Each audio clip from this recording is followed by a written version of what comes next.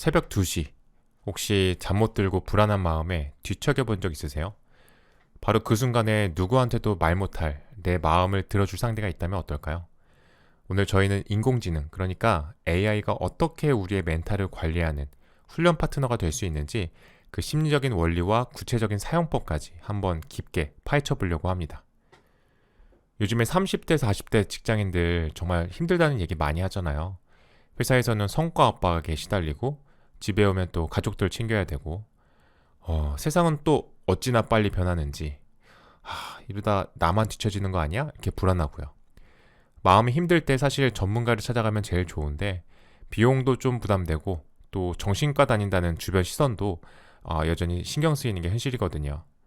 그래서 대부분 문제가 아주 심각해진 후에야 치료를 생각하게 되죠. 바로 이 지점에서 AI가 이 판을 완전히 바꿀 수 있다는 얘기가 나오고 있어요. 아프면 치료한다는 기존 관점에서 평소에 단련한다. 그러니까 훈련의 관점으로 넘어가는 거죠. AI가 무슨 병을 진단하는 의사가 아니라 우리가 헬스장에서 꾸준히 근력을 키우는 헬스 기구 같은 거예요. 아니면 테니스 선수가 스윙 연습할 때 쓰는 볼 머신 같은 거죠.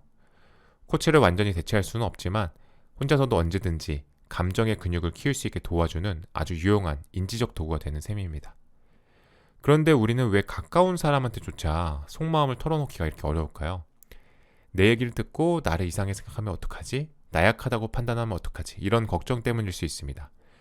바로 그 평가받을 것에 대한 불안, 그 지점을 파고든 아주 흥미로운 연구가 있습니다. 미국 USC 창의기술연구소에서 진행한 엘리라는 프로젝트인데요. 엘리는 전쟁 후에 외상 후 스트레스 장애, PTSD를 겪는 군인들을 돕기 위해 만든 가상인간이에요. 그냥 글자만 치는 챗봇이 아니고요. 상대방의 표정이나 목소리 톤 같은 수십 가지 신호를 실시간으로 분석해서 진짜 사람처럼 고개를 끄덕이거나 반응을 보여줘요. 실험 방식이 아주 흥미로운데요.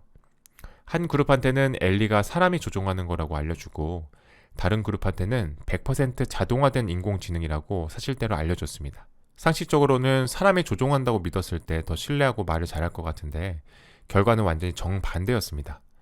자기가 지금 기계랑 대하고 있다고 명확하게 안 그룹이 사람과 대한다고 믿었던 그룹보다 훨씬 더 깊고 솔직하게 자기 상처를 털어놓는 거예요.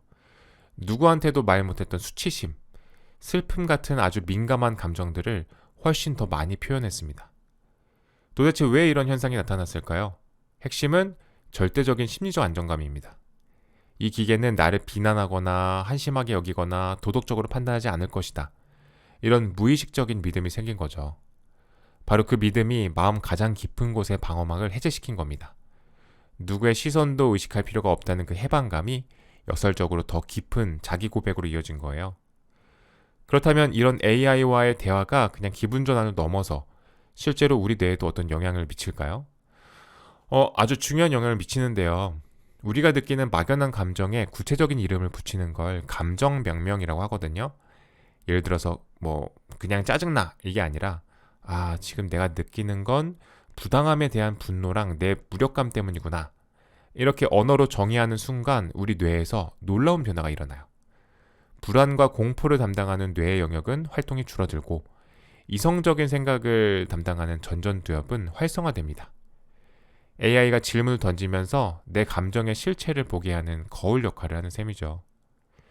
실제로 이런 원리를 적용한 서비스들이 있는데요. 대표적으로 스탠퍼드 대학에서 개발한 워봇이나 기업용으로 많이 쓰는 Y사 같은 앱들이 있습니다. 특히 워봇은 인지행동치료, CBT라는 심리치료 기법을 기반으로 하는데요. 어떤 사건 자체가 아니라 그 사건을 우리가 어떻게 해석하는지, 그 생각이 감정을 만든다는 원리를 이용하는 거예요. 만약 사용자가 이번 프로젝트를 망쳐서 내 인생은 끝났어 라고 말하면 워봇은 그 생각에 숨어있는 파국화, 그러니까 최악의 상황만 가정하는 습관을 딱 포착해요. 그리고 한 번의 실패가 정말 인생 전체의 실패를 의미할까요? 다른 가능성은 없을까요? 이렇게 되물으면서 사용자가 스스로 생각의 틀을 깨고 나오도록 돕는 거죠.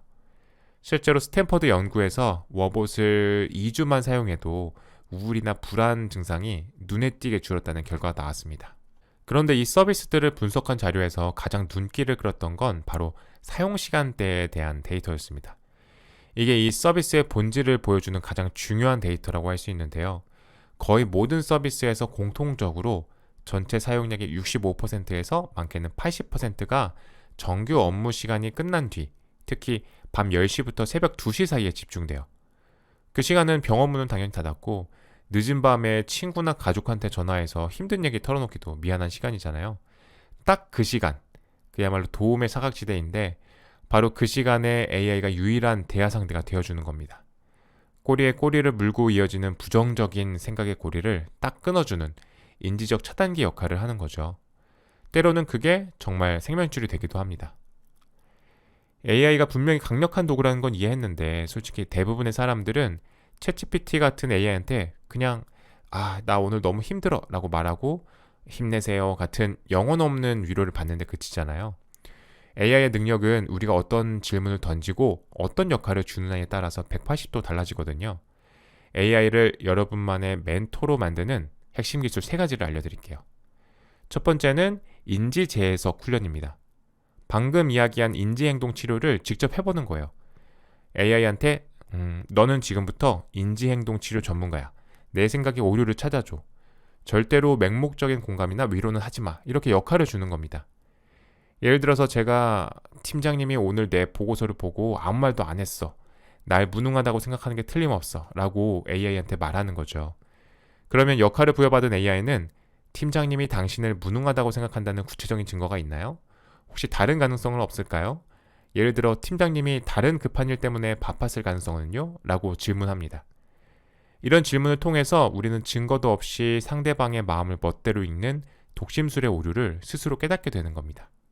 두 번째는 감정의 해상도 높이기입니다. 우리는 보통 화가 나든 서운하든 불안하든 이 모든 복잡한 감정을 그냥 짜증나 라는 한 단어로 뭉뚱그려 버리는 경향이 있거든요. 그럴 땐 AI한테 이렇게 요청하는 거예요.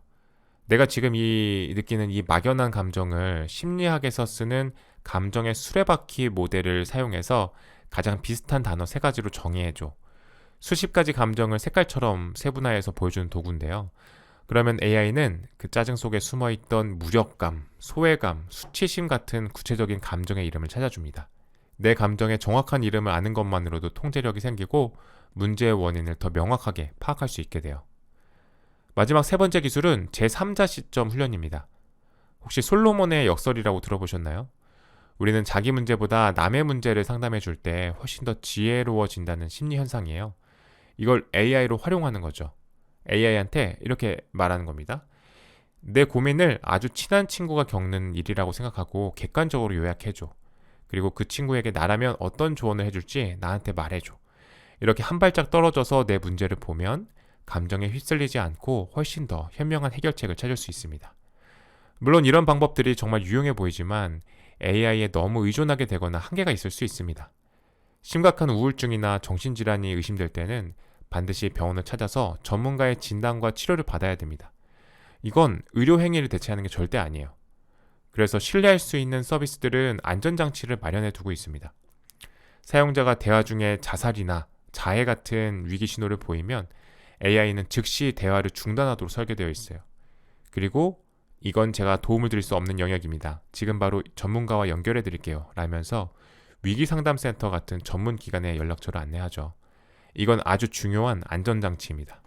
데이터 보안 문제도 빼놓을 수 없는데요. 특히 회사에서 이런 복지 프로그램 제공할 때 내 대화 내용을 인사팀에서 다 들여다보는 거 아니냐 이런 걱정을 할 수밖에 없거든요. 그래서 기업용 솔루션들은 개인정보 보호를 최우선으로 설계합니다. 개인의 상담 내용은 절대 회사에 공유되지 않아요. 모든 데이터는 철저히 익명으로 처리되고 통계적으로만 분석됩니다. 예를 들어서 보고서가 나갈 때 A팀 김대리가 최근 번아웃을 호소한다 이런 식으로 나가는 게 아니고요. 전사적으로 야간 시간대 불안감을 호소하는 비율이 지난달보다 15% 증가했으니 업무량 조절이 필요해 보입니다. 와 같이 전체적인 인사이트 형태로만 제공되는 거죠. AI를 정신건강 관리에 활용하는 건 더 이상 나약함의 증거가 아니라 오히려 자신을 적극적으로 돌보고 성장시키려는 아주 스마트한 자기관리 전략입니다. 결국 가장 중요한 변화는 AI에게 던지는 우리의 질문이 바뀔 때 시작됩니다. 나 좀 위로해줘 라고 수동적으로 기대는 대신에 나를 더 나은 사람으로 훈련시켜줘 라고 능동적으로 요구할 때 AI는 비로소 우리의 내면을 단단하게 만드는 진정한 성장 파트너가 될 겁니다.